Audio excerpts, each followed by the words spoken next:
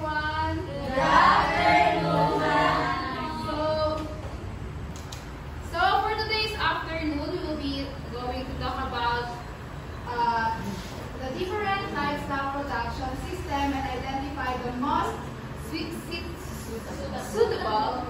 system that fits the environment. So, ulang patumpit-tumpit pa, karaka-karaka. So, for the first one is the backyard or smallholder system. So, when we say backyard, what comes into your mind? Bakuran! Ano? Bakuran! Okay, sa likod na bahay. So, for the overview, no, here in the Philippines, bale, 90% of the Philippines, 90% of cattle and cargo production is in the Philippines. So, ibig sabihin, in the Philippines, halos lahat ng mga may gusto mag-alaga ng baka, ng cattle, ng carabao, is mas prepare nila ang backyard. So, pag sa backyard, so may dito sa picture niyo, anong napapansin niyo? Kubo. Like this one. Wood, made of wood.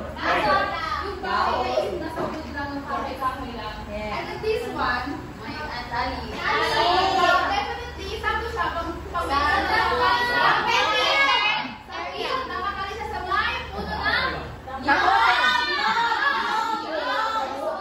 Oo, nag-first soga. So, yung mga bahay. So, typically, it is practiced by a smallholder or sometimes farmers. Yung sabihin, yung mga farmer na hindi katulad ko. Kasi syempre, nakakalaga ako. So, mga basically, yung mga angge lang, yung mga farmer na ang kaya nilang alagaan is dalawa lang, or tatlo, definitely isa lang.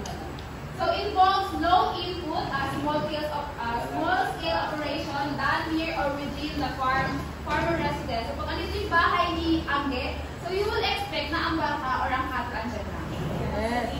Andyan lang sa gilid-gilid.